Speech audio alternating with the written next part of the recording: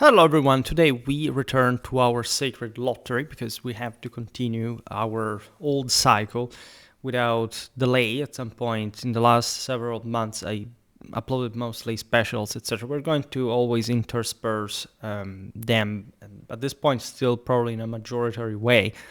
But our channel would have not arrived to the point of needing, in fact, certain gaps to fill if we hadn't created also a structure that is mostly based on this random topic choice, naturally within a broader pool that I pre-established, but an enormous one. And so it's largely random within our military historical interest. Today we talk about the seeds of change, essentially from late medieval to early modern warfare, in paradoxically the opposite logic, meaning that there isn't, when you look at it in this phase, the mid-15th to the mid-16th century, that is also conceptualized for different historiographical reasons as a period on its own. Like, we can actually do whatever you want with history in that regard, as a major radical military change, right? Especially one capable of deserving the title of military revolution, all these fireworks that people like without even realizing that their author literally sort of recanted the concept in of itself. And unfortunately, so not much in terms of sort of, broader sort of reassessment, of a more accurate, objective reassessment of this time in the art of war, but simply sort of criticizing the terminology, listening to other authors that claimed that the military revolution started before what was claimed. There is a guy who invented the term, and then another one. I will not make any names, right? Okay, I will make it. It's Parker, right? But the term is not his, and he has come to sort of, in fact, recuse this idea. And in my opinion, missing in the broader discourse, the fact that it's really from the mid-17th century where he sort of stopped, he put a limit to this chronology, this chapter, that things literally start escalating in a way that 100 years later would have been revolutionary in real terms, not just military ones, at that point really overlapping with the Napoleonic era, the Revolutionary Wars to begin with. Today we do not go that far. I still haven't made a comprehensive video criticizing the idea of military revolution, because I think even doing so would be taking it seriously, which obviously I've never done. Today we'll return on some topics that we already discussed here and there. I have at this point a pretty large amount, for example, of late medieval artillery content. We talked about the pike and shot era. We recently discussed El Gran Capitan, Gonzalo de Cordova. We talked about the Italian wars. We talked about Giovanni de' Medici and mounted arquebusiers. And so we approach a little bit more this transitional phase. I would like to make a video about Chevalier Bayard that I don't have in oven, so to say, some of all these, or at least not even entered. Like the cooking process is fairly short, but I have a plethora of videos that are already baked and they're ready to be launched, so to say. It's important to conceptualize, or at least to misconceptualize certain ideas that were pushed a bit too much for other historiographical reasons that I will partially explain now, but that you can find in my videos, for example, about the Swiss. There is also a playlist titled Pike and Shot Warfare. If you're interested in the year and see how things started, there is also by centuries. You can look at the 15th century, the 16th. The 15th century, definitely in the history of the art of war, at least in medieval historiography, is considered as this moment of rapid acceleration towards something that, however, is really what, and especially compared also to previous centuries, because I am, big sensational announcement. I was green-lighted for publishing in the top medieval warfare journal by but here I will not make any name, West Point professor. So yeah, literally, and you will be reading me in 2027, as a matter of fact, because it's a big thing, and the article is already written. The journal is a big thing; it has its own time. And I discovered, I already knew this, but interacting with them, with this essentially the Anglo-American world, I realized that many professors ignore fundamentally the scale of development of medieval armies in the this late 13th, first half of the 14th century, where I specialize in, because I had the good intuition of realizing that that area had not properly been well studied. And generally speaking, there is a lack of comparative awareness that I've always complained about, as a matter of fact, not just across Europe, but also in this sense, it seems to me even worse to a degree, across these various centuries, right?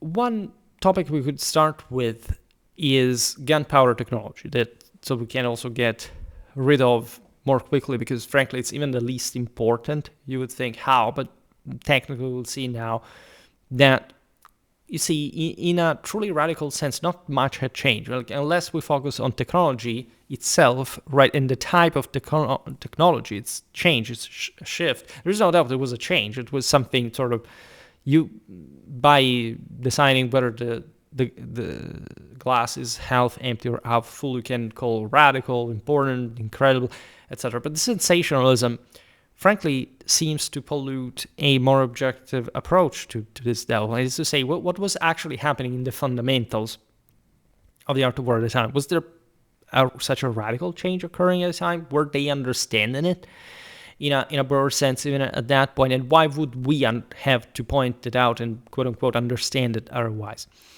So as you know, Europe during the 14th and 15th centuries provides a clear illustration of a civilization that had newly acquired gunpowder technology with a pretty quick and widespread adoption. We explained how there is not even much of a structural sort of change for the type of technology depending on the parts of Europe. If anything, it's the availability, changing the basis of resources, etc. Now we will see how this fits also for the rest of the development in the art of war. At the same time, the civilization found itself only at the initial stages of the prolonged effort required to employ it with genuine effectiveness on the battlefield, which is something that arguably wouldn't occur until essentially the 18th century. This is a pattern comparable with the one regarding the development, for example, of printing technology. And this is obvious in the history of technology in general. Technology comes around, and maybe even in the moment it's so advanced that does not fit. This is not much the case, but if you look at, for example, the mitrailleuse during the 1850s, that was a weapon that would actually be incredibly useful in World War I, but did not practically have much of a broader systemic effect, capacity of integration during the Franco-Prussian War, from the French side, naturally. So first of all, never make the mistake of considering technology as the game changer. The more, again, I go on with military history online, the more I discover that people literally don't have a clue about what it means to be decisive or determinant, whatever, this kind of things. The outcome of a war, of a clash, is essentially the sum of so many different factors that are not simply computable on, the fingers of your hand, all right? It's big. They are all integrated to one another. And if you really want to sort of atomically separate them, you would basically see an infinite amount of aspects that could, in that sense, make the difference if you consider, in relative terms, just one of them on top of all the others. Meaning the technology alone does never reached, and will never reach, as a matter of fact, a 50% plus one relevance. All right, in the odds in the odds of war, right, in the balance between the two adversaries, right? It's mostly something like it can be the tip of the balance, but only if you choose to see that as such. Because if you substitute it with another thing that has more or less the same relevance, you can say the same identical factor. And this is a simple mathematical observation that everybody can simply understand, right? When you think about the so-called military revolution, it mostly followed this pattern of also the introduction of the shot and essentially also in a combined arms fashion with the pike and shot until basically the dwindling of the pike towards the late 17th century. You realize that it took literally 400 years, if not more, because technically linear warfare reached full maturity only by the 7 Years' War, which is pretty late in time, and there were still pikemen on the battlefields in the 18th century. Not necessarily on an overly regular basis, but still as something not so surprising at the end of the day. Firearm technologies were introduced in Europe. We don't even know. There is a very interesting debate about this. I partially explained this in some of the videos I made, in fact, on late medieval artillery. We talked about that also for other technologies, for example, the so-called sea fire, the liquid fire, Greek fire, if you prefer, of the Byzantines. Like, even especially at this point in history, you realize that this type of technologies had kind of always been around to some degree, and or at least had been available, and that the reason why they at some point surged is more like functional than eureka moment, like, meaning that there are some preconditions that are mostly also social, they're political, and such military as well, for which rulers, by the way, everywhere, decide to employ it. It's like when you study, for example, the development of arms and armor, right? That for the Middle Ages, especially in the later period, but also like in the high medieval one for that matter, is very sort of detailed, like very documentable.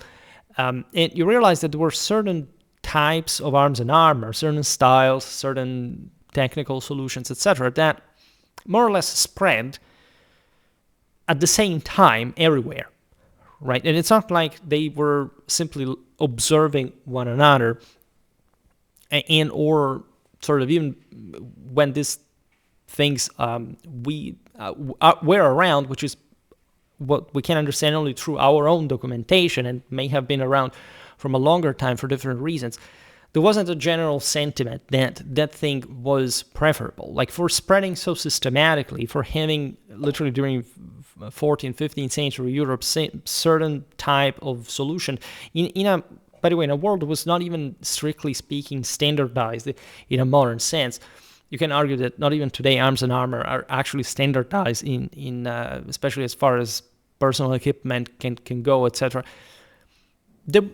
They were the fruit of a broader system that was already very homogeneous and surely intertwined, but not just awaiting for this or that thing to simply come around all of a sudden just to introduce it in their own panoply, so to say.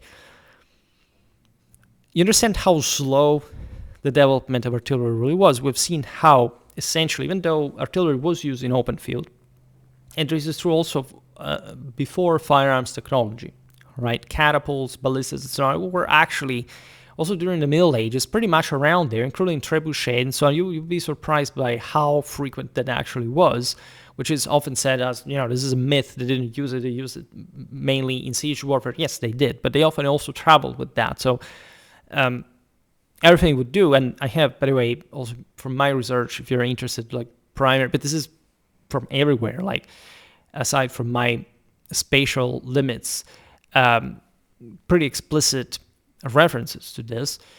People tend to think that what is aside, sort of more sidelined or somebody has not researched, it's not there, because I never heard it. There's this ridiculous scientific and moralistic subjectivism and moralism that is utterly appalling and disgusting, frankly, from a strictly scholarly academic point of view.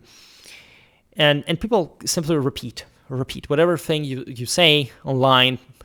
People will understand the opposite of it and or will twist it in a manner that nobody really understands what it's supposed to be about. Unfortunately, that's how things go. As we were saying, artillery had been used in open field from quite some time. It was completely normal. It was not a decision about using for the first time artillery in open field. They would just have it and use it as they used, as we were saying before, older artillery technology. We normally say the Battle of Crécy is the first one in which is an instance of the English using bombard. Why? Because particular author is quite famous, describes a particular famous battle, and there is all that sort of digression also the fact that people were scared by the thundering gun, etc. But we know, of course, that artillery was not particularly devastating on the battlefields, but to presume that this was used, for example, like in open field at Crécy, for no purpose or with no tangible damage, by the way, is incorrect, right? And most of this stems from the fact that normally when you hear people sort of making these considerations, they don't even consider how many artillery pieces were used or how, against which target, which distance, which are all things that we do not know. But when it's good practice when you find this evidence to sort of appreciate the fact that history is not even meant to explicitly provide you with all information needed, and that the information in and of itself is quite telling about the fact that evidently bombards at that time were already introduced in a meaningful fashion in the armies of the era, right? And so we don't have to think, okay, they weren't so effective compared to when? To later times? Well, thanks my eyes. But we know we have a pretty solid documentation also before Crécy, different parts of Europe having these guns, and many smaller ones, because it's typical really of the older artillery technology as well, that we have sort of major catapults, trebuchet, and so on. And when you look at the ballistas, you have this pretty ambiguous, and they're often described by chronicles and also more technically by sort of bureaucratic sources, inventories, and so on. But we often don't have precise measurements, and even when we realize, of course, this weren't often standardized and so on, but conceptually, what's the difference between a large ballista, for example, say a small ballista and a large crossbow, right? It's very difficult to say. For example, musket technology is something deriving from light artillery. Right? Muskets originally were actual artillery pieces, though they had been born as such, and also in that case in a non-very clear way, because still don't think it throughout the 16th century we clearly understand, even at every time, what is a harquebus, for example, as opposed to a musket, especially in the later period. The important is understanding other indicators altogether. Let's say how frequently these guns are mentioned, what's their effect on the battlefield. It is described mostly by narrative sources. What kind of investment, again, from archives, from sort of more accurate information concerning production supplies mostly, we can gather. Eventually, there is sort of the unoppugnable, the sort of self-evident. Now, rulers and governments everywhere carried out experiments involving firearms at this point, showing evident willingness to invest considerable resources over many years in pursuit of development of this military technology. Even though concrete results in actual combat, as we explained, remained quite limited, and according to some unimpressive. Again, I will not subscribe to the last adjective. Again, there is always a reason if these guns are introduced and if they stick around. We don't have evidence in military technology of something that, at some point it was completely useless, came around for no reason, and was immediately dismissed. Like, they were all kind of theoretical, sort of elucubrations, but in the Renaissance itself was actually plenty of them. But what we see appearing in warfare, in combat, cannot be dismissed. And surprise, surprise, of course, firearms were there to stay. Now, today, as I explained, we're looking at the thing from a really super perspective. Like, we're not entering in the specifics of everything because we already do it on a regular basis. And actually, those are the least watched videos for some reason. The times of artillery design. These are actually very important topics. But they cannot but be understood, in fact, also in a broader integrated system.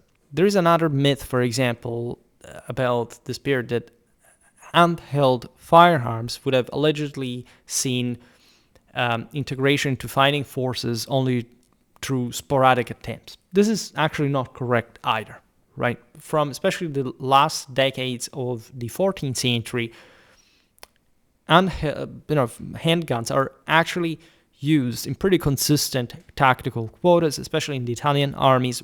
Up to 1/3 of the infantry forces were constituted by handgunners, which you want to appreciate even in terms of consider how pike and shot would have sort of evolved. Like, you have such a high level of firearms among infantry. It was also among cavalry, for that matter, as we've seen also in the video that I mentioned before about Giovanni delle Bandaniere. You realize that they served a purpose. They weren't there just detached from the rest of the troops. There was already a combined armed operation. And admittedly, these were missile troops, and people tend to have this we've seen it very often, really, on Schwerpunkt, especially looking at the videos of Scola Gladiatoria, and it's a more sort of British cut, mostly looking at the longbow. There is this overestimation of missile capacity in general, like that is fundamentally auxiliary, right? Heavies make win battles. They are even though they function combined armed tactics, whereby they can multiplicate their power, they are the guys that, by definition, destroy the lights, right? And missile is light, right? And it will remain until the late 17th century for a very specific inner logic of pike and shot warfare. We're not in the pike and shot era yet, at least in terms of fully fledged sort of combined fully fledged arms. But of course, there were pikes, because pikes were also regularly used by infantry, although not by the majority of them at this point. And if we talk about, for example, the end of the 14th century from just the last example, but there were pikes, and there was the shot next to that. I would like to stress that normally these things are not very much studied. At least it's easy to document certain aspects of the story, especially from an archivistic point of view, etc., when it takes instead to reconstruct proper sort of tactics, right? And the art of war, looking at how fundamentally armies worked throughout on the battlefield, and in general how they developed. In a broader sense, there is an incredibly scarce amount of research, right? I say this because I sort of am before the mid 14th century, so the latest, let's say, medieval warfare, and I look at people who study the latter. They tend to be much more akin to modernists in their methods, in their sources, and so on. They work more with archives. They have this obsession already with this later medieval period at looking at things in function of the quote-unquote modern state that is a gross historiographical fabrication at large. Essentially, medieval society lasted until sort of between the end of the 18th, the beginning of the 21st century, in the very institutional, social, political, and military fundamentals, as a matter of fact. But back to our period, like examples of this tactical interaction, for example, include with firearms, of handguns in particular, the Sforza regime in Milan, organizing dedicated units of handgunners, as well as the Swiss practice of equipping at least some soldiers with culverins and arquebuses, while still relying heavily on crossbows. By the way, culverins were normally actual artillery, whereas arquebuses would become essentially after pistols or other sort of as type of guns, how they were called at the time. They were not quite pistols as we intend them. The more sort of standard type of gun, in fact, until basically the 16th and the 17th century, where musket properly takes over. And even there, as we explained before, there were arquebuses with certain performances that were even superior to muskets, etc. It depends when, where, what in general, right? But here we have a very good example of two countries that were actually bordering, but were quite different in development. Milan was by far one of the greatest powers in Europe, was the richest. They had the most advanced arms and armor production in the continent.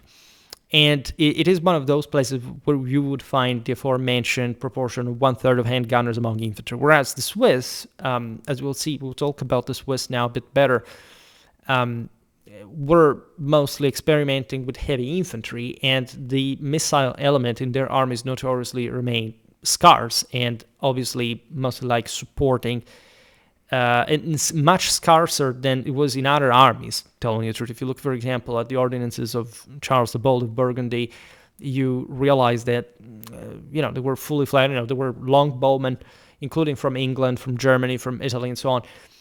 There were lots of sort of refined combined armed tactics. There were crossbows, arquebuses, and so on. Whereas this was just add this peppering element that is not even a fully fledged arm, telling you the truth. And they rely almost exclusively on heavy infantry for reasons that we explained in many other videos about Swiss warfare. In part, now we will see better. Now, these initiatives seem as if they were standing isolated and that would never succeed in fundamentally altering the dynamics or outcomes of pitched field battles. But as we explained before, this concept is vague, meaning isolated in which sense? I mean, everywhere in Europe they were being used.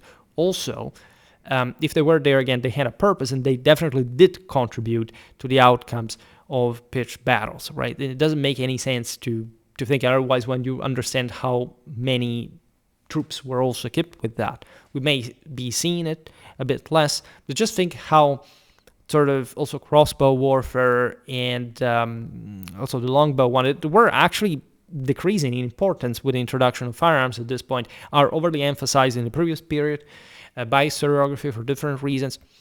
Obviously, different scholars also have different narratives and approaches. Naturally, the proponents of the military revolution are actually the ones who stress how important guns were in general. But exactly because there is a progression, this initial stages seem almost sort of, you have to resize them in historiographical relevance to see how this alleged revolution would explode later. Instead, it would be much more accurate to stress how already fundamentally integrated firearms were in warfare, especially by the 1420s, even in terms properly of field artillery, regardless of the relatively scarce capacity, as we will see now, compared to other arms, but still effective as a whole, and so definitely not some strange isolated experiment. As we'll understand now better, there were some material limits, especially financial ones, but we've seen how even, the last Highlander on the western Scottish seaboard, in his sort of cranky castle, isolated from, that really had at least one gun of some sort by this point. And so proving that even in the least developed parts of Europe, all of this was proceeding pretty homogeneously everywhere, right? And that documentation is just a matter of local development, not absence of a specific info. We talked, for example, about Lithuanian artillery between the 14th to 15th century. Those Lithuanian leaders had lots of guns and also used to actually send them down rear because they had that important strategic advantage toward the Baltic to eventually bombard Teutonic outposts, etc. Every castle had, even there, of course, also in defense, guns. They used them also through Wagenburg tactics against the Mongols out there. In that case, for example, not with great success, at least for most famous battle where this happened, but we'll come back on that, and I already made the relative videos about them. Now, in open battles, cannons themselves appeared on occasion, but exerted remarkably little practical impact compared to other arms. Beyond perhaps a certain psychological intimidation, the major effect was shooting, particularly at the mitraille against cavalry, so to sort of unnerve the animals, to hurt, of course, to a degree, but initially not with this enormous effect, right? If anything, however, the reason why at this point artillery was held back was because of severe logistical challenges. We have seen how crushing the logistical weight of, for example, the massive French artillery park during Charles VIII invasion of Italy was, especially as they had to cross the Apennines. It was really a thankless job. But that still shows, as also generally speaking, the fact that the French were able to go sort of across the peninsula without too many obstacles, including, in fact, the ones of heavily fortified cities and castles, etc. That, of course, the guns were that effective, right? We've seen also recently in the video about the Medici black bands how, of course, there were smaller types of guns that were sort of more adaptable, especially by smaller powers. I've seen the Italian condottieri war bands without much of a statale support. They would invest in this lighter portable guns, including mounted and in that case handguns naturally, but also smaller, more easily deployable guns in open field. We've seen it also during the 15th century with the battles of Caravaggio, the Battle of Molinella in particular, where Italian chroniclers claimed that for the first time, like some wheeled artillery, like smaller, for example, organon guns kind of type were first used, and both sides, like the Venetians, the Milanese, claim to have used them first. It's obvious that they were already around there. You also have to be a bit acquainted with humanistic historiography to understand what they were actually meaning by claiming such a thing, which is the sort of the modern filter that often, especially if you're not a professional historian, you're not properly trained to look at with coup d'oeil. There's no doubt that especially the bigger guns that were designed for siege warfare in general were extraordinarily difficult and slow to move, offered quite restricted range, especially against movable target, right? They could fire only at an extremely low rate due to lengthy reloading processes. And so, of course, using them in open field was particularly complicated, right? Unless you had a very good position, as it often happened, in fact, also a previously fortified one, right? Field fortifications were an important aspect. We've seen it, for example, in the video about Caravaggio, right? But there are many other examples that we will cover soon. And so everything was fully integrated into a very sound military logic. So definitely they weren't using guns by saying, oh my God, we should have not used them, they're too much to... No, they had a cost-benefit ratio that they kept following.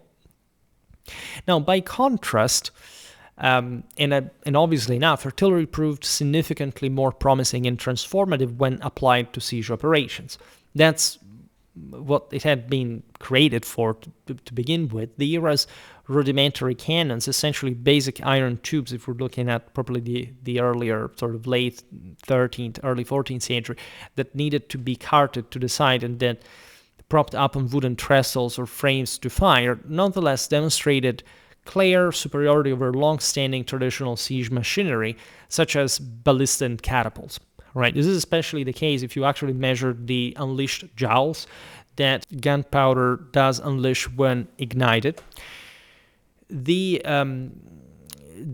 idea is that initially these, of course, the firearms were not as important, quantitatively speaking, to actually the older artillery technology. There was a time in which, say, there were more trebuchet and older, ballistas, other form of catapults, next to this early firearms that simply were a novelty. They were being produced in sort of smaller quantities also because they had some relative cost.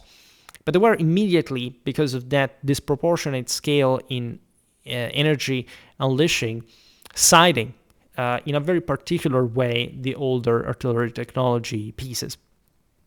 Also there, as it is completely normal, most of the sources are very vague about the plethora of sort of smaller artillery that was used. Nobody cared about that because it was so natural to have it that nobody really cared. Mostly they cared about the bigger pieces that are better documented. And so even if we don't know much about the smaller ones, at least we know that they were there and that they function as a bit orchestra, right? You have the bigger instruments that are more important. But in order to play the concert, like you have to really to use them all together in a very precise, coordinated fashion, right? That's what sieges fundamentally were. And artillery wasn't even the thing that won sieges per se, but assaults did. Remember what we said before about the tip of the balance. These were essentially just some, you could say, necessarily accompanying guns because they had all the capacity to dismantle certain fortifications already, but without manpower to storm, just like still today, you can have all the explosives that you want, but in order to grab the rain, you must send somebody on it. Otherwise, you can't hold it. Now, over the course of the period, these primitive guns gradually displaced the older devices. Around the mid-15th century, their clear advantage had become so widely acknowledged that approaches to conducting sieges and designing fortifications, as you know, began to adapt and evolve in response, right? And I made a very old video discussing the trace italienne that will spread from Italy as essentially before the Vauban era, the standard Western it's a Renaissance fortification proper that was already being designed. In fact, unsurprisingly, from places like Italy, that, as we were interestingly also explaining in the video about Medici, was not, for example, using that enormous amount of big guns like the French will. This, unsurprisingly, also doubles during the Italian wars, so it's kind of obvious, but already before that, right, there were the same Italians used bigger pieces, just they're not so publicized after all. And we explained the video about the Medici, or I actually made just a video about the Italian states artillery of the Italian wars, so I was actually referring to this video. The other one also explains that, but in fact they perfectly blend together, explaining those dynamics, right? There's surprisingly few about the Italian states artillery of the Italian wars, historiographically speaking. I was impressed while preparing the video, and I managed to put together something that sort of made sense and explained also this vacuum, right? Why wasn't that adequately researched yet? Never think that we know everything about the past of how it worked. At least we know more or less what was going on, but in terms of in-depth researches about so many different topics, still most of the work literally has yet to be done.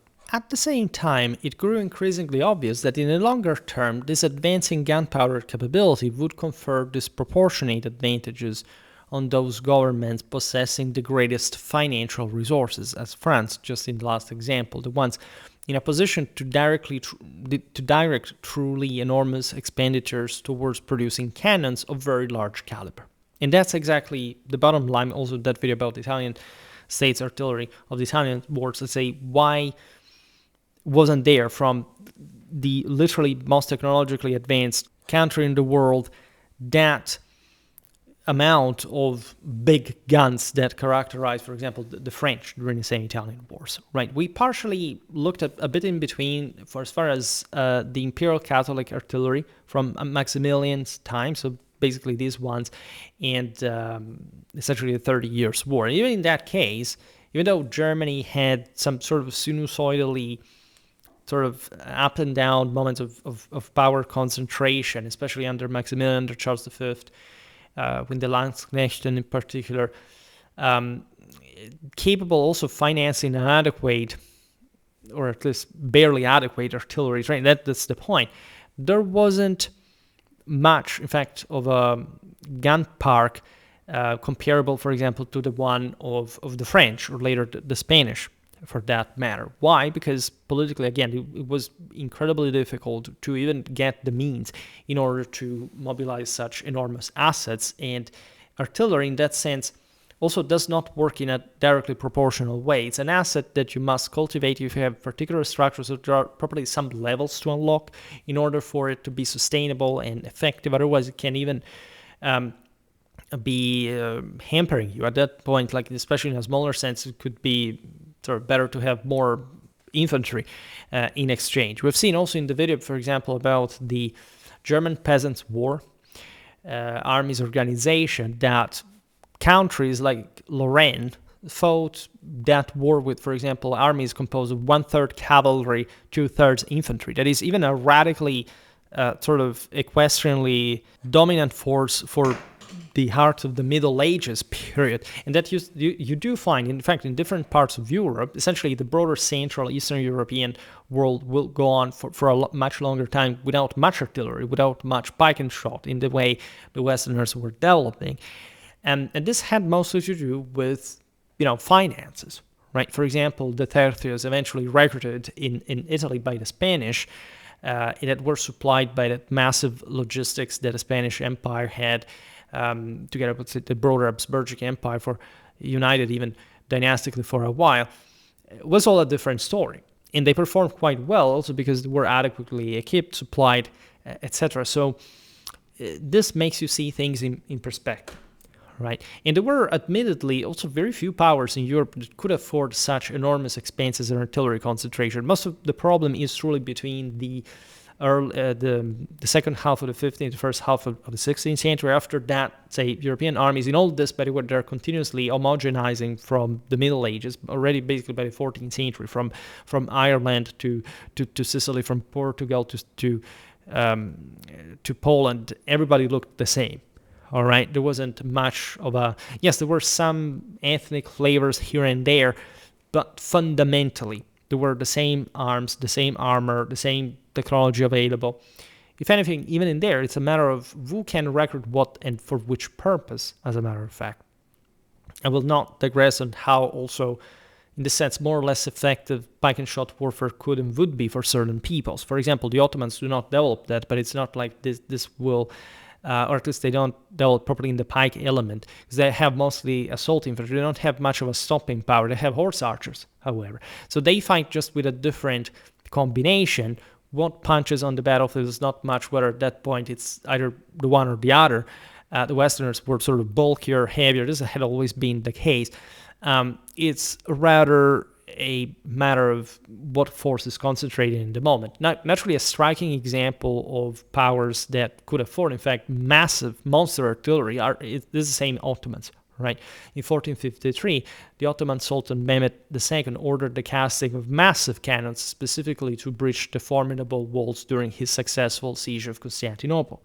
Equally, he purchased the monster bombard of Orban, that was a German-Hungarian artillerist and sort of power broker of some sort that had first proposed Constantine XI to use these guns in defense, but the Theodosian walls could not even withstand the recoil. In any case, the Byzantines did not have money at that point, so he passes in service of the Turks, and he actually explodes during the siege, operating this bombard that was enormous and just a marvel of techniques. There are, as you know, there's the famous Dardanelles bombard that was taken in the Victorian era by the British from the same Dardanelles were still in use. It was the same type of bombard would have been used in the 15th century. Also made a couple of videos about these.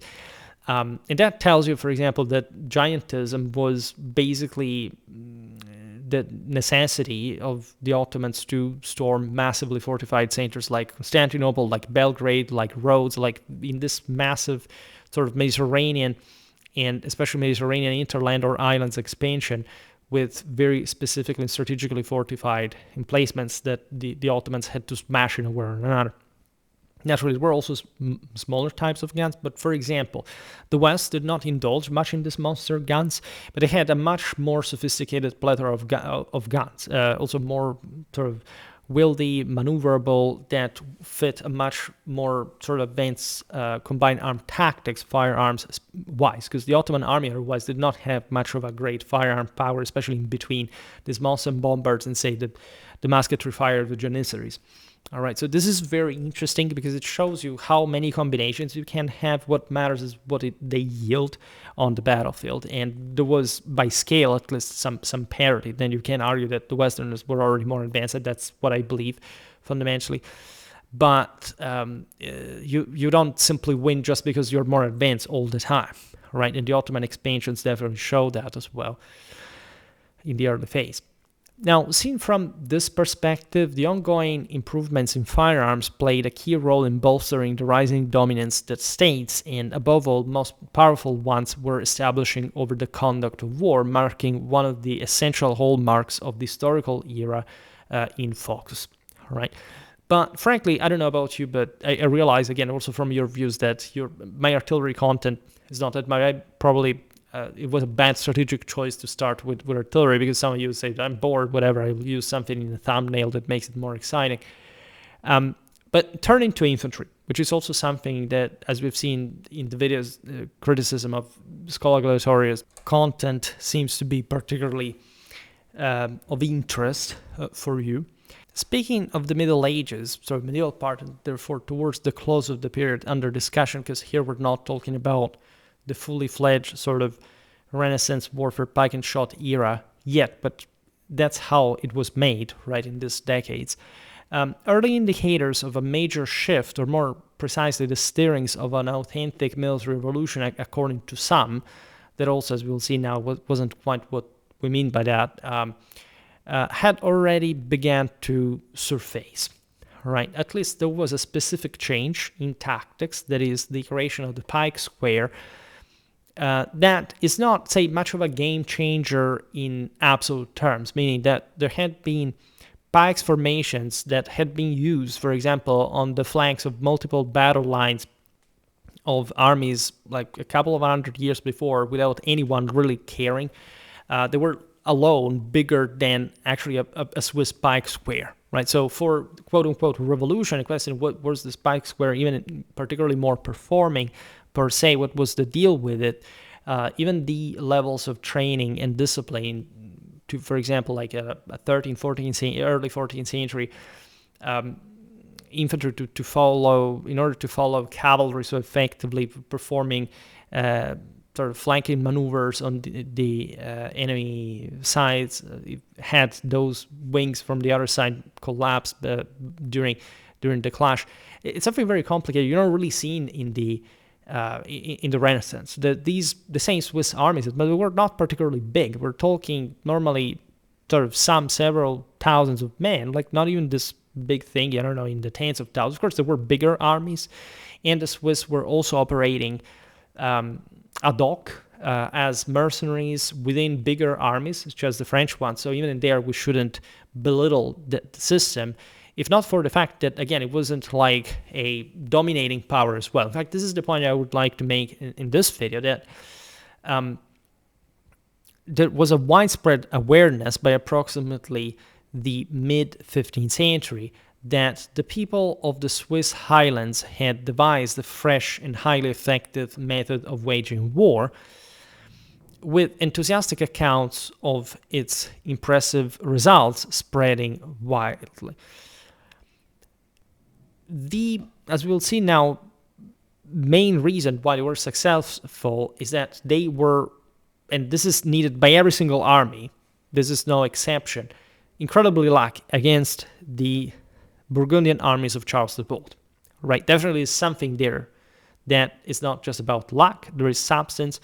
These victories are systemic, but at the same time, they're, as we'll see better now, speaking just the history of a very confined part of Europe.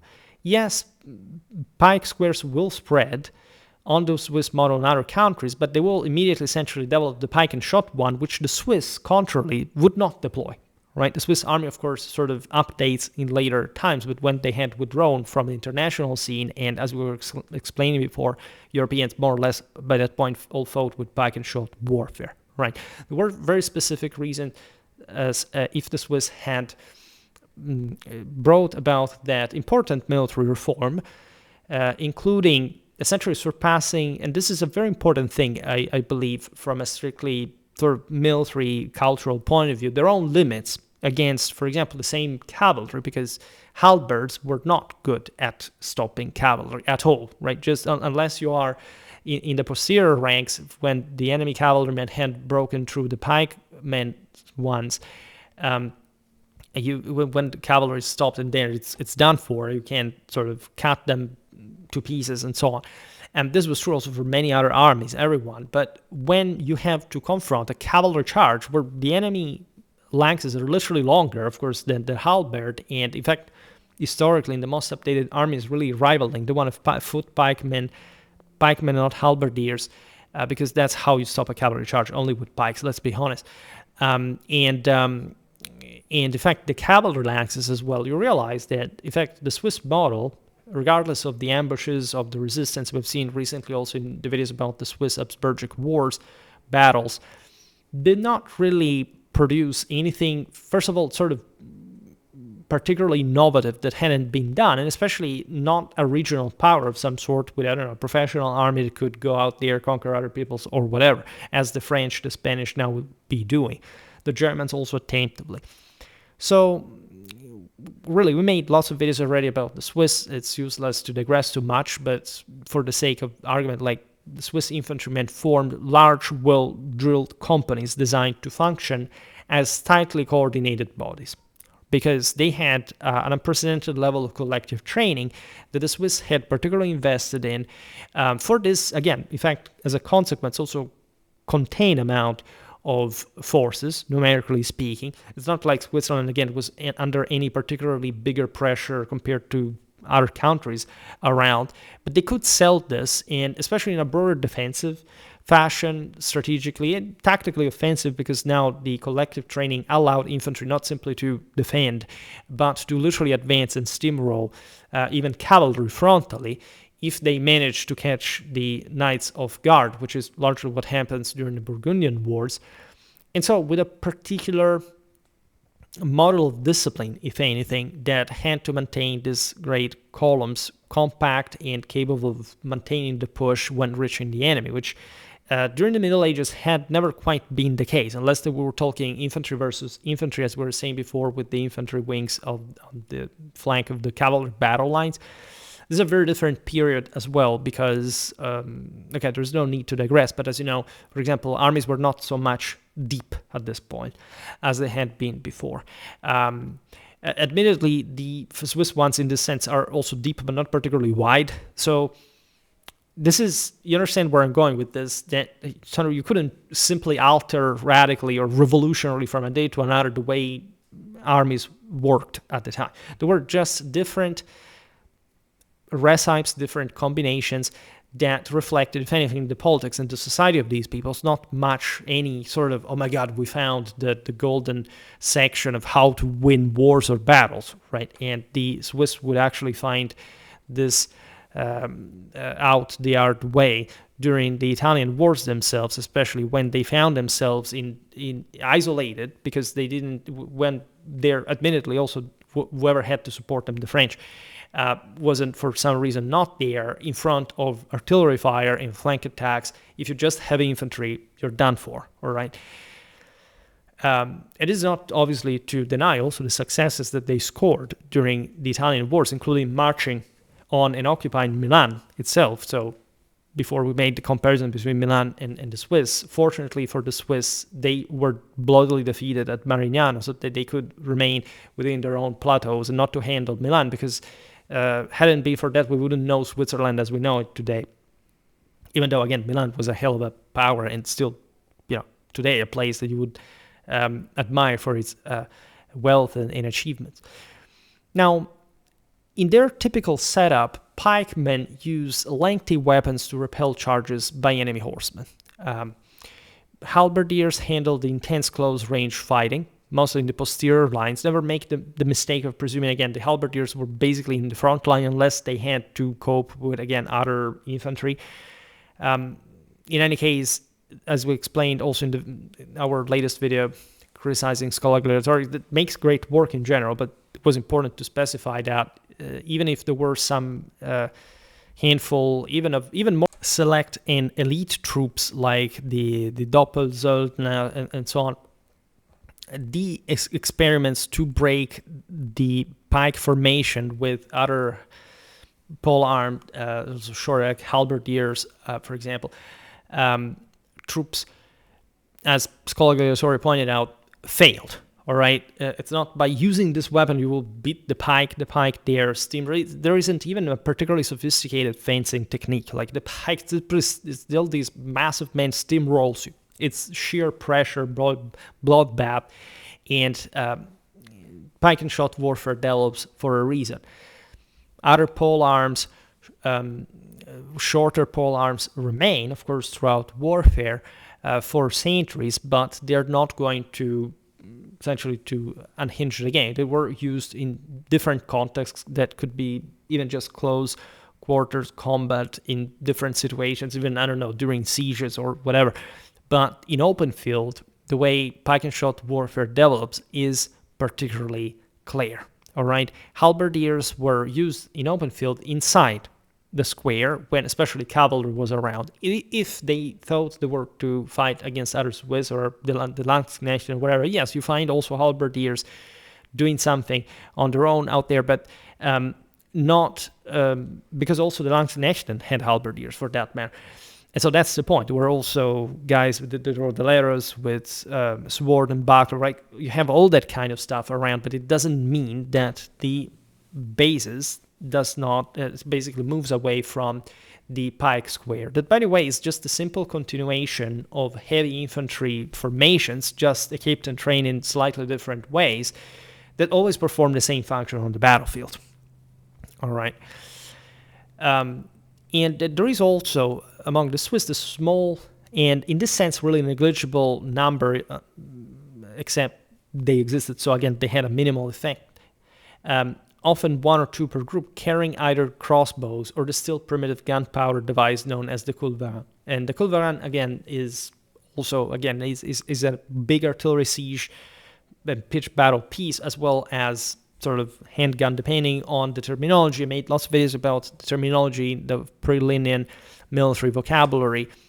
There is no need to remind you how it's a mess, right? And so you can find different guns in different countries called in different ways and by different orders, whatever. We don't even have to remind that.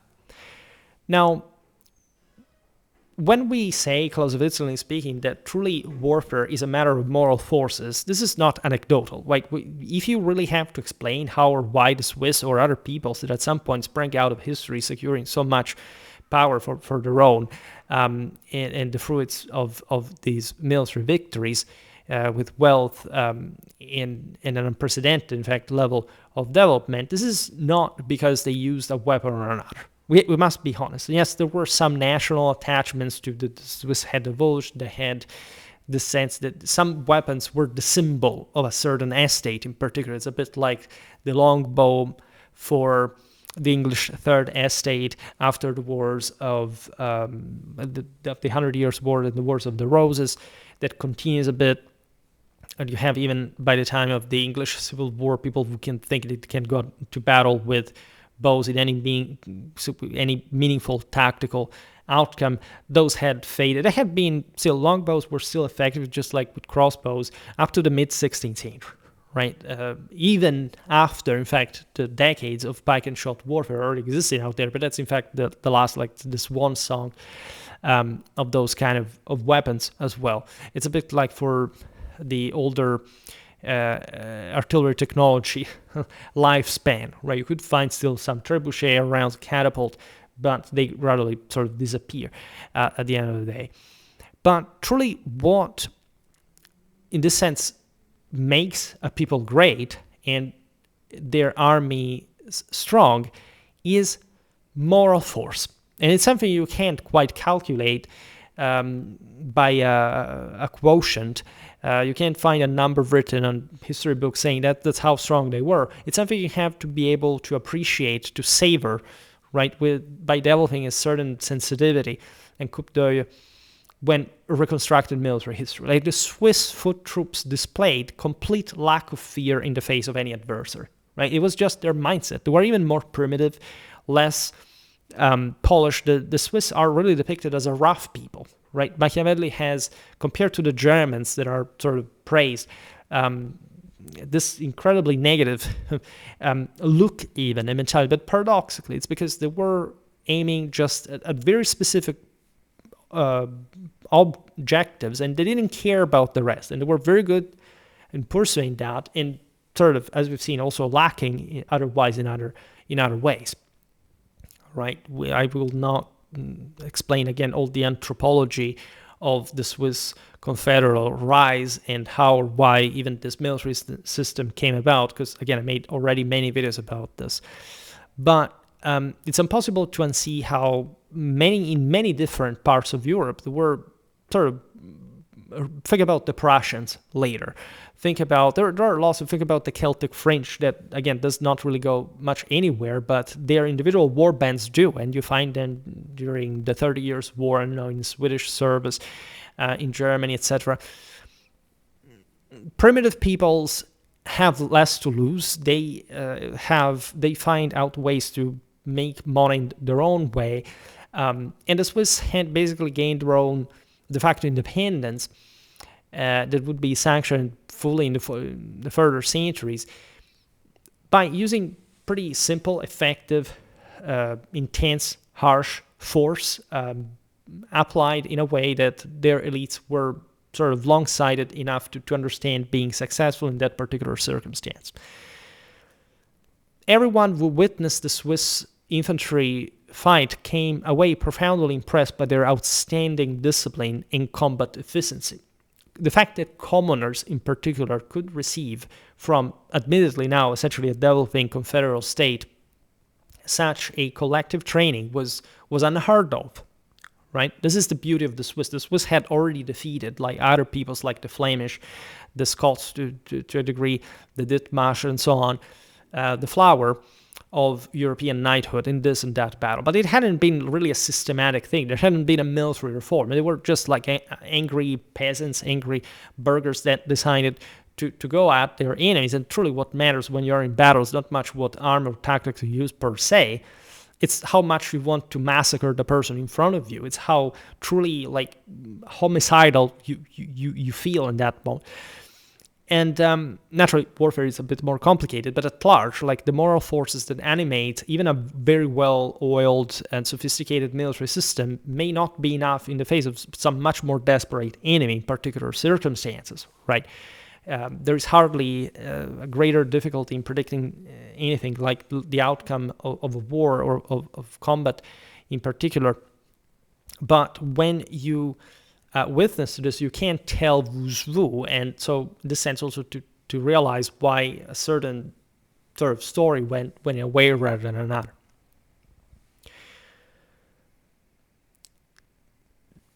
Other big, again, anthropological issue, because the Swiss, fortunately for the Swiss model as a whole, like politically speaking, was truly, if not absolutely unique or a completely different mold from other communal ones, so to say, was also pretty limited just to Switzerland, right? And this was not adopted by essentially other peoples. There's no other people out there. All of a sudden comes up with these pike squares from previous military history of barely any relevance, and starts sort of dictating for a couple of generations the lines of the art of war development, right? There are, again, other peoples that score pretty impressive victories. There are others that are very sort of indefatigably resistant, and so on. But developing a military culture is a different story. And also in the case of the Swiss Confederacy, there is still essentially an elite, an establishment. It's essentially the richer cities of the lower valleys, of the more, think about Geneva, think about Basel, Zurich, and so on, as opposed to the most primitive highlanders of literally the highest communities in Europe, right, geographically speaking, that provide the rank and file, the sort of the cannon fodder. And at this point, you can't actually even claim cannon fodder, especially if you know what happened to the Swiss at Marignano. However, this is exactly the point we were making before. How rich truly were the Swiss at this point? How much of a fully fledged state they were? Not much of that. The Swiss were notoriously probably one of the poorest countries out there, especially by Western European standards. They were not absolutely poor, but they didn't have any meaningful resource in their country. They had literally to steal their own even arms and armor from the Burgundian knights killed, something like that. In fact, Swiss museums are full of this praise of war. Artillery, in particular, they didn't have any meaningful artillery production. So the hyper-rich country that we know today, it's something that came up and out sort of later through very different dynamics, banking, etc. We also recently talked about Jomini that had exactly that same origin and contributed in that case to Napoleonic warfare for that matter, as also as an alter ego von Clausewitz. Now, European princes and city-states had definitely started allocating very large sums to recruit the same Swiss as mercenaries. This is particularly the case for France, that is after 1453, and so in parallel basically with at the Battle of Arbedo of the previous decade. That's where the Swiss are beaten by Carmagnola's dismounted men-at-arms that use their lances to beat the Swiss, still mostly using halberds. And so in the same period, France unifies. The Swiss carry out this military reform, and since the French, as you know, do not want to arm their own peasants because there are way too many and they don't want to have rebellions like the one of the Jacquerie that was not even that far away in time, decide simply to integrate the Swiss into their own army. They cost, but again, France is big and they can use them. So they have their own very good, top quality actually, infantry for a while until the Spanish have come around, especially with the Battle of Cerignola and El Gran Capitan's creation of actual pike and shot warfare that in this sense had not much to do with what the Swiss have created. It's just the pike element. All right, combined arm tactics are a win. And the French, therefore, and by the way, they can't simply disband those troops once. They can't simply send them back home to Switzerland, which will not create, again, a veteran class of angry peasants, of fortestators that want to kill the nobility and know how to do that in large enough numbers. Telling the truth, Francis I at some point carries out an attempted military reform to create some native French national infantry, the famous legions of Francis I, that, however, basically remain just a garrison force in some provinces, and they sucked badly in terms of actual military quality. Because everybody has realized that the Swiss model matters, and only the states with a specific will or a specific set amount of resources are able to field them. For example, the Germans of Maximilian, Holy Roman Emperor, provide with this early, in fact, Habsburgic counterpart of the Swiss, because, by the way, the Landsknechten and the Reisläufer hated each other in a terrible way, like the Germans and the Swiss beating one another. It's something particularly relevant, but there's some also regional differences, because there were the Bavarians versus the sort of basically the Swiss were, broadly speaking, Swabians, and more. Some of them are literally also the same people, by the way, because at some point the Swiss had also this internal regulation that they didn't have to sell troops to other powers, but at some point many Swiss simply cross the border, they go serving other countries on their own account.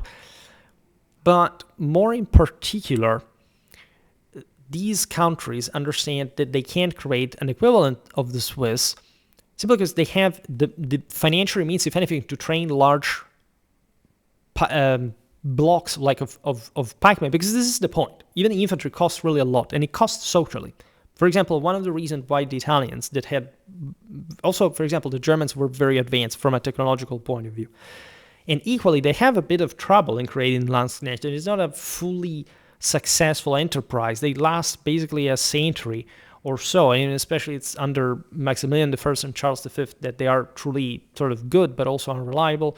To an extent, they lead also to the sack of Rome. There is a problem in controlling them, very differently from, I don't know, what happened in the French or the Spanish armies, for example, but also from a socio-economical point of view. I mean, the Milanese, they heavily invested in crafts, in production. Like, where would they find, like, large thousands or tens of thousands at some point, considering their strategic needs of infantry properly drilled and equipped, etc., as pike squares, to counterpose, like, to, for example, to this other more qualitative infantries. They actually have pretty good heavy cavalry, guns themselves, but smaller ones, as we've seen in the previous videos. They have also their own share of infantry. The Venetians have the provisioned infantry men that also were equipped with pikes to a degree, but did not have that intensive training that only a sort of regional state at this point can't truly afford. As I always say, by the way, never commit the asinine mistake of thinking or buying that notion that there's an infantry revolution because during the Renaissance people became freer or whatever. This is a completely Protestant myth that remains a myth both in relative and absolute terms. This is the Ancien Regime. This is the moment in which people went under, right? They don't go up, right? When you look at these infantry forces, this is not the product of a great sort of augmentation of liberty, of power. Admittedly, civilization was gradually recovering also from the mid 14th century crisis, the crisis of the later Middle Ages. But first of all, in a completely different moral and political temper. That's also why we call that the Ancien Regime, as even before what happened, as distinct from what happened before plague, by the way, because people had, in relative terms, greater liberty before. It is true that under the elites of the Ancien Regime, yes, Europe kept growing. So overall, throughout the centuries, people's life quality increased to a degree, but not in a dramatic degree in absolute terms, nor especially in relative. In relative terms, this is the moment in which everything is locked.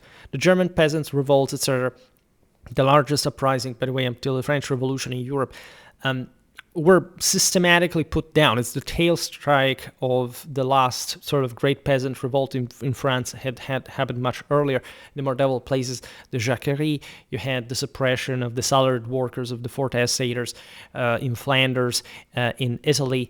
You have the same Hussite revolts that destroyed Bohemia, annihilated 1/3 of its entire population. It's something terrible, right? It's mostly like that.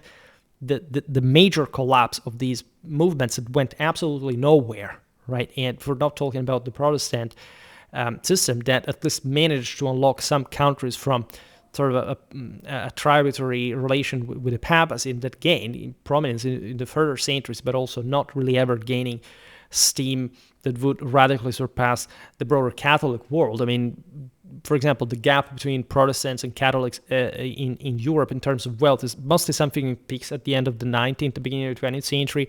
But by today, I think that estimation is just a few points percentage in terms of actual per capita wealth between Catholics and Protestants in Europe. So it's something that is even rebalancing on basis that even up to that point, by the way, had remained dramatically unbalanced in favor of the Catholic world, which is dramatically way more advanced. Look at Spanish armies during the Renaissance. Do you think that anyone had, even, I don't know, Gustavus Adolphus, Maurice of Nassau, had more sort of better, more advanced armies than that's a typical Protestant myth. That is being thoroughly debunked by historiography, also thoroughly debunked it on Schwerpunkt, and we'll keep talking about it.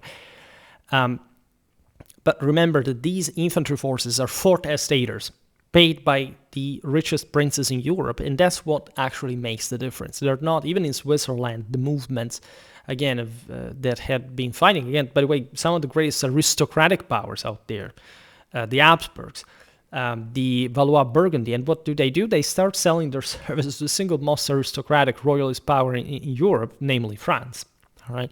So things really are much more different from this sort of heroicistic narratives that people would like simply to put forth as if there was this magnificent and progressive development of things. Like, it did not happen. And I will see now, this is what the Swiss had to find out, as their model faded as quickly, fundamentally, at least in as far as their national control of it was, or even immediately, because again, it's what pike and shot eventually takes over quite as fast as they had risen as a military system. Now, remember always that the Swiss victories of the 14th century are something completely different from the armies of the Swiss armies of the mid-15th century. There you have the tail strike of commoners and peasants that rebel against knightly forces, and also not going anywhere in the bigger picture, if not maintaining their own local autonomy, as many others. It's only from the mid-15th century that Swiss armies become really something, right? And also, however, in the beginning of the 16th century, that they eclipse themselves from the battlefields of Europe once again. European princes and city-states had started allocating very large sums to recruit the Swiss as mercenaries, and they had this firm belief taking root that any force bolstered by Swiss contingents acquired distinct technical superiority over opponents lacking them, at least infantry-wise. But this also was short, if it was, by the way, ever conceived, because, say, most Europeans kept fighting without even having the Swiss at hand. It's true that, for example, the Habsburgs at some point used some Swiss, this is very interesting, Swiss instructors, right? for example, try to reform the Flemish army against the French at the end of the 15th century. It's the Battle of Guinegate that is a so-so, but that military reform there fails, right? It will be more successful with the Landsknechten during the same period in Germany, right? So you can't do that, first of all, everywhere you want, but say, yes, the English imported Landsknechten at some point, but we're talking modest forces. It's only the bigger countries that can afford these massive pike squares now, as we will see, sided by the pike and shot. This is for saying what? We'll see it better in the end. That essentially, even this radical change that the Swiss brought about was probably not even that radical as we may think in the bigger picture, even of the time. Now, contemporary observers widely grasped that victory in battle increasingly depended upon skillfully combining diverse categories of soldiers into a harmonious whole. And in that context, the Swiss approach, merging the defensive reach of the pike with emerging firearms, even though Swiss infantry was mostly used in an offensive sense, it was sort of the major sort of cutting-edge aspect of their tactics, clearly anticipated future directions for far more presciently than older systems centered on for example, the lances, that, as you know, was sort of the basic sort of form of organization in Western Europe. You could find different names here and there, but that had been a model. It was still essentially a medieval one. A feudal one, not necessarily so, but say most feudal countries will still use that and will keep using it for a long time. It's not like the lances stop existing. I mean, the French used the gendarme and next to the Swiss pikemen, and in general, sort of the heavily armored men-at-arms on horseback, or also dismounted at a certain point, but say, coming from the nobility and or as in the sense also military professionals for hire, remained the bulk of most armies out there. There is, in this sense, in the Renaissance, just a set of European powers that fully develops.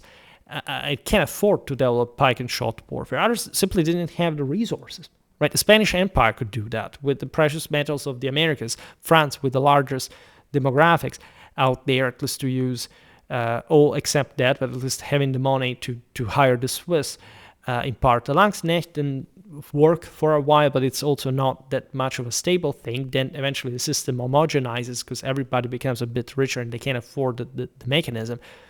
But as we've seen, for example, also during the Dutch Revolt, it's not like the Dutch ever thought to go out there in open field to face the Spanish army. Like, it was something insane to do. It happened at Newport by accident, and the same Maurice of Nassau was pretty angry with the parliament that had sent him against and did not want to do that at all. So also during the 30 Years' War, frankly, the Tercios Esquadrones were sort of more mobile in general than, or at least they had the same level of mobility that what we see from the Swedish side, in any case, was the smaller army. And the one that was also heavily funded by France in that endeavor. So it's important to see things in perspective, because until you get this, like, you can't have a realistic picture of even how important a certain military phenomenon really is, right? When you look at the broader picture of European warfare, by the time the Swiss were already around, at that point probably on the crest of the wave, still the basic European armies were the same ones that the same Swiss, for example, had defeated, at least in the case of Charles the Burgundy. You had the lances, so they're heavily armored men-at-arms, plus light cavalry and contingents of archers, and also heavy infantry, and sort of all what you could imagine. So some lances arrived to count troops in the dozen, right, for each man-at-arms. So, by the way, they all worked more or less in tactically separated instances, which means that it's not the lance was simply autonomous per se. In smaller engagements, yes, but in the big battles, mostly, the men-at-arms were all put in the same battle line, the infantry in another place, and all for the sake, by the way, of combined arms tactics that at that point are, again, a power multiplier that, for example, simply the Swiss column per se cannot have, right? And by the way, what we're pointing out before, that the Swiss were mostly aggressive in their tactics, is actually stemming from the fact that we're often conventionally inferior to their opponent. I mean, the armies of Charles the Bold that faced the Swiss were defeated, but they were actually the favored ones, a bit like the French ones during the 100 Years' War, right? It's not like the English armies that were victorious, Crécy, Poitiers, and Cook, were, the strongest in conventionally speaking. Everything is fought to achieve asymmetry, but essentially the enemies are actually also more advanced in a broader military sense. Between the English and the French, maybe not that much, right? But in terms of properly military power, and in the case of, for example, the Valois, Burgundy, and the Swiss, definitely so. And so the Swiss need to advance aggressively actually stems from the realization that if they had simply stood there defending, they would have been outmaneuvered by, in fact, someone with the initiative and more and better combined arms capacity. The Swiss did not have a combined arms capacity, they just had this sort of infantry columns, and for that reason they had to act before essentially the enemy would even realize what was going on, and falling on them and hoping, by the way, that other enemy lines, etc., would not fall on their own flank and wipe them out. And that's why before I was talking about luck, because if the Swiss had been more confident at that point, they could have simply stood their ground with a military system that could repel the enemy. Instead, the odds were not in their favor. So what actually happens, for example, with pike and shot warfare later on, is that pike square will actually staticize in battle. This is notorious. Not always, telling the truth, because these pike squares were always designed and they have been replicated exactly from the Swiss model to have that advancing capacity. But in particular moments, especially in the earlier periods and where there were especially the bigger tercios, pike squares, and so on, there is all a tactical development. But these bulky forces that still, by the way, had to confront cavalry and guns and shots, so as arquebusiers, were largely massive stationary things. It's like when you look at the bigger ships in naval engagement, the bigger they were, the less maneuverable they turned out to be. They were mostly like big stationary platforms. This is also how warfare was still waged. At some point we'll make a video about the Battle of Lepanto and so on. But we've seen it in many other contexts, because standing that ground was kind of enough to fence off the enemy. And in any case, sort of moving it could even compromise its solidity, especially under fire and so on. Then, when you look at, especially in the second half of the 16th century, we also observe some battles of that kind. Firepower increases. It's still not superior, but it's heading towards that. The battle lines tend to thin, because it's at that point sort of easier to shoot one by one into the enemy mass, and at that point what you want is trying a bit more of maneuverability, of trying outflanking maneuver. It's still very symmetrical in many ways, but everything will gradually head towards linear formation with the increase of firepower, and so at that point the virtual disappearance of the pike, right? But that's interesting because it also shows how in the early 16th century, the first half of the 16th century, massive pike squares were also conceived to withstand a battleground that paradoxically was incredibly punching, just out of a medieval warfare context. I mean, pike squares were primarily designed to withstand cavalry charges. They were being shot at. There was artillery around, so it wasn't even that simple. There were other types of infantrymen that could also take them on in a way.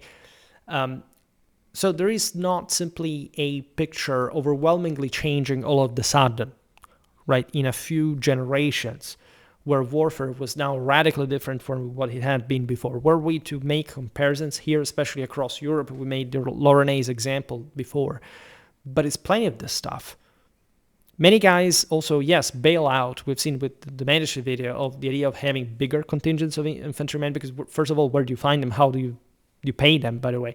They cost, right? The training, the upkeeping, the fact that there are many, right? We say cavalry costs a lot qualitatively in elite. Yeah, but cavalry also in all of this, even though drastically, it's only at this point that cavalry loses preeminence on the battlefields, right? But there is also bouncing back after the mid-16th century, as you know, where the peak sort of cavalry tactic was the Reiter one, the caracole, And you hear also from the terminologies that are German, Spanish. We've seen with Giovanni del Bandinello had even prefigured those and beaten, for example, German cavalry back in the day through that. So there is all a set of options that become, depending on sort of the development of powers and their goals and so on, ever more or less viable, right? And there isn't just a standard way to fight in the early 16th century. There's this major difference, in particular, between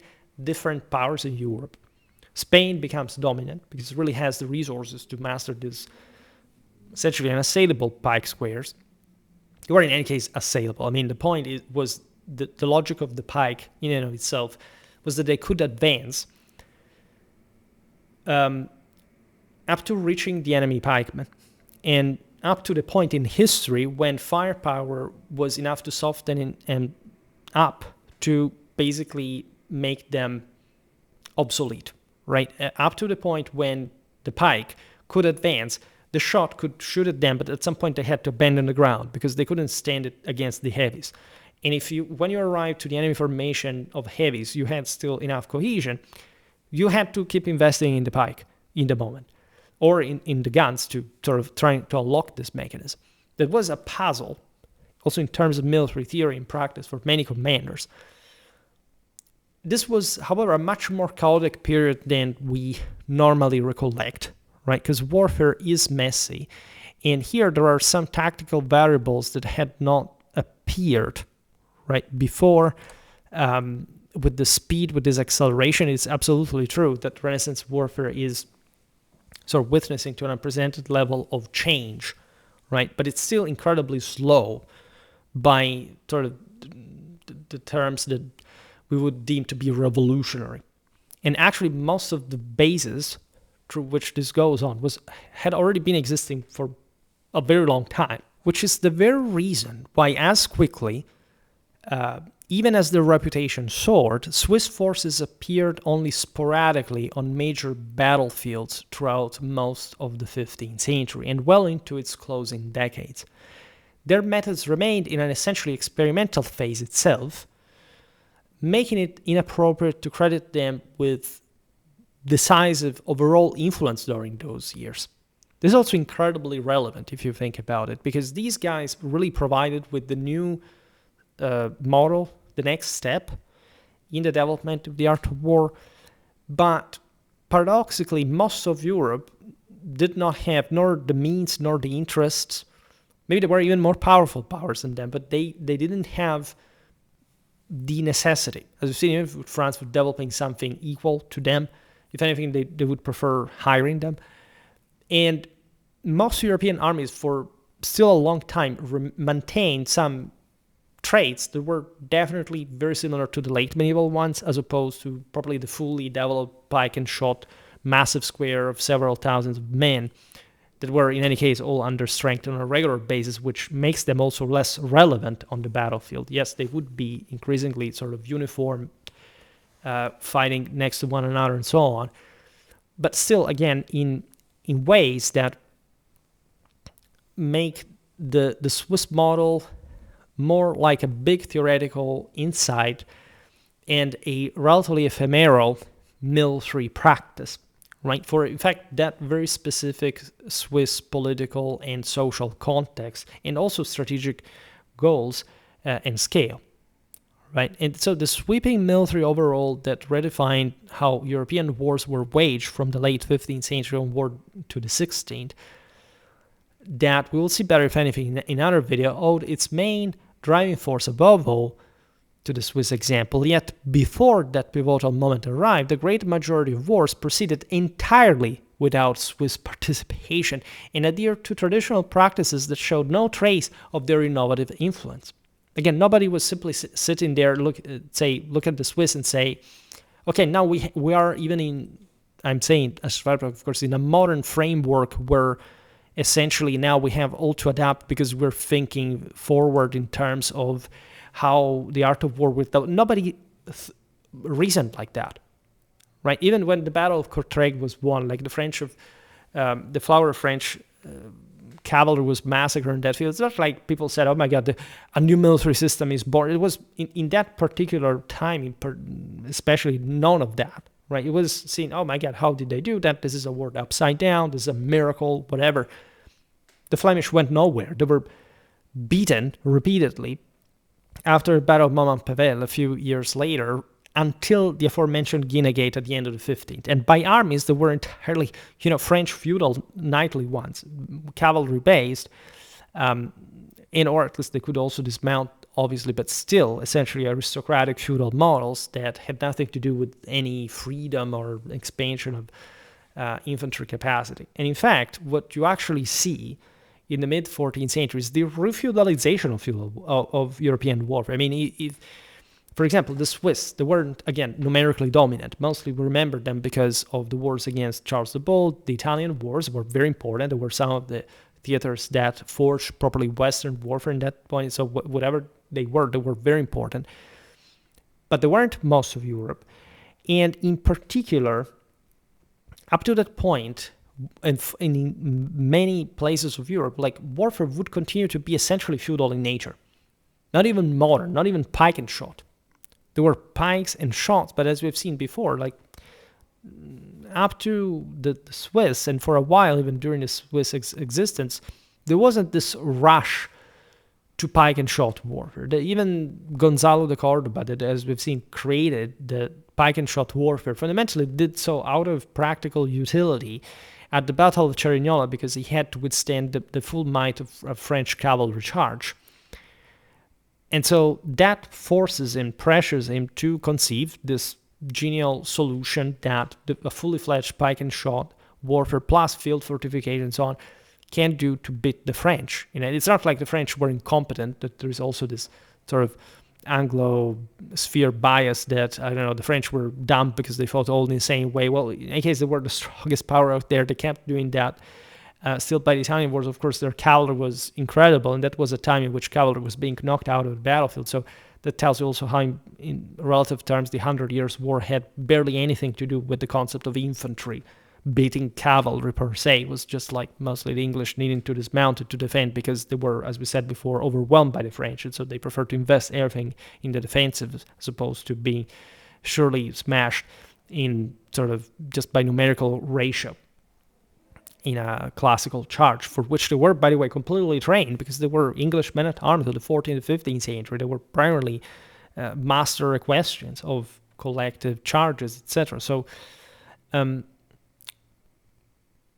this is incredibly important, I think. When you look at it in very sort of practical terms, this era in warfare shows, as we said here for Gonzalo de Cordoba as well, the Spanish armies up to when he first landed in Italy and also was beaten by the French initially.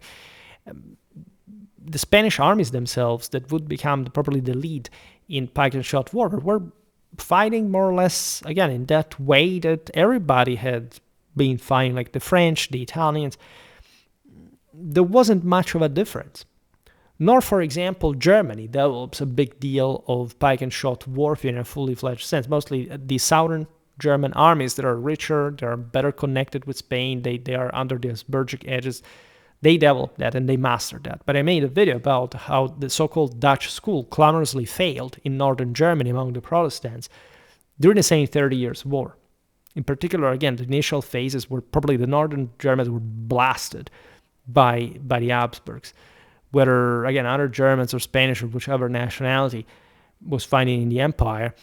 And even Gustavus Adolphus is a sort of quality product of confined arms tactics, but also smaller than most of what still the imperial side played with, so to say, and also experimenting themselves. Like, again, I made a video about the Tercios Esquadrones. This is a sort of novelty, at least it's one field of research in evolution that is showing from Spanish tactical manuals that what basically that idea of more of a fluidification of the formation in favor of the line for firepower was already being pioneered by the Spanish in the moment in which things like, Maurice Nassau and Gustavus Adolphus in parallel were developing themselves. So this makes you, and was instead radically propagandized as a great advancement of progress of modernity, that especially like those that side would have. And instead, also, again, let's be honest, we said it before as well, Europeans were fighting only the same way. There isn't any major, there's no space even historically, in a military historical sense, for a major radical structural change in infantry capacity from places, especially places like the Dutch or the Swedes. That would, I mean, this doesn't even happen during the 18th century. Actually, everything continues to homogenize between Europeans. Right, and it's always a matter of moral force than anything else.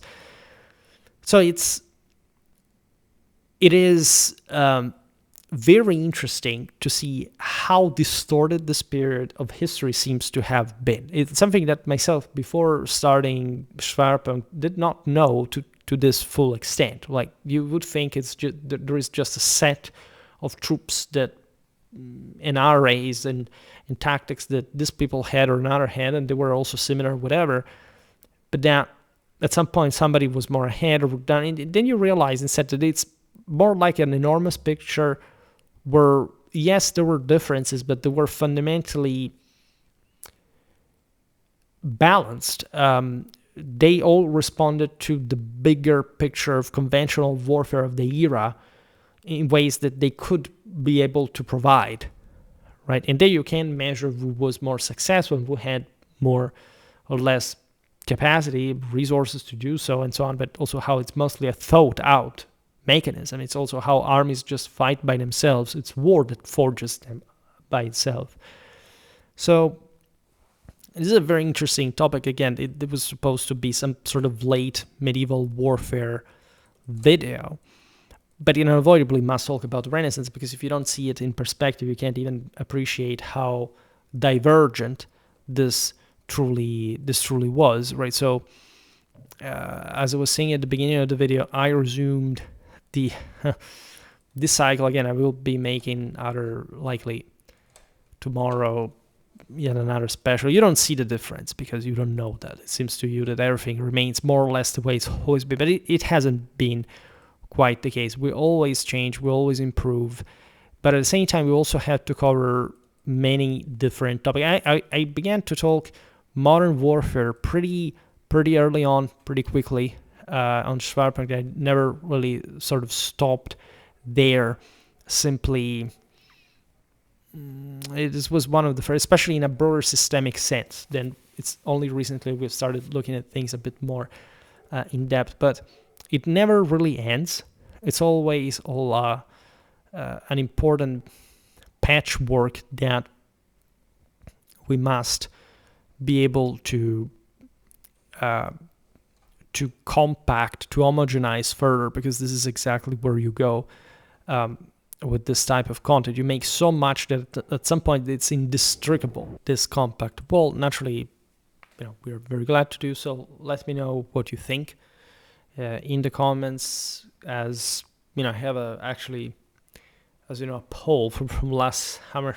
It still will always remain open regarding what kind of era do you want to see more covered by Schwerpunkt, and propose, like, I understand from the suggestions that there are some very specific topics that you think I should aim for because you can't find them elsewhere, etc. But in a more comprehensive sense, what would you really like me to cover more in a more conceptual way? It's not to say one specific topic per se, or historical subject, but or maybe subject intended, but in a mostly from a perspectival point of view. We can argue, like, what aspects of warfare would you like me to look more at, right? Because there's a wide range of stuff. For example, I could launch another poll, telling the truth, but I'll see here what that would be interesting, actually. But I gave myself ideas in the absence of your proposal, so to get more or less what kind of intentions you have accordingly.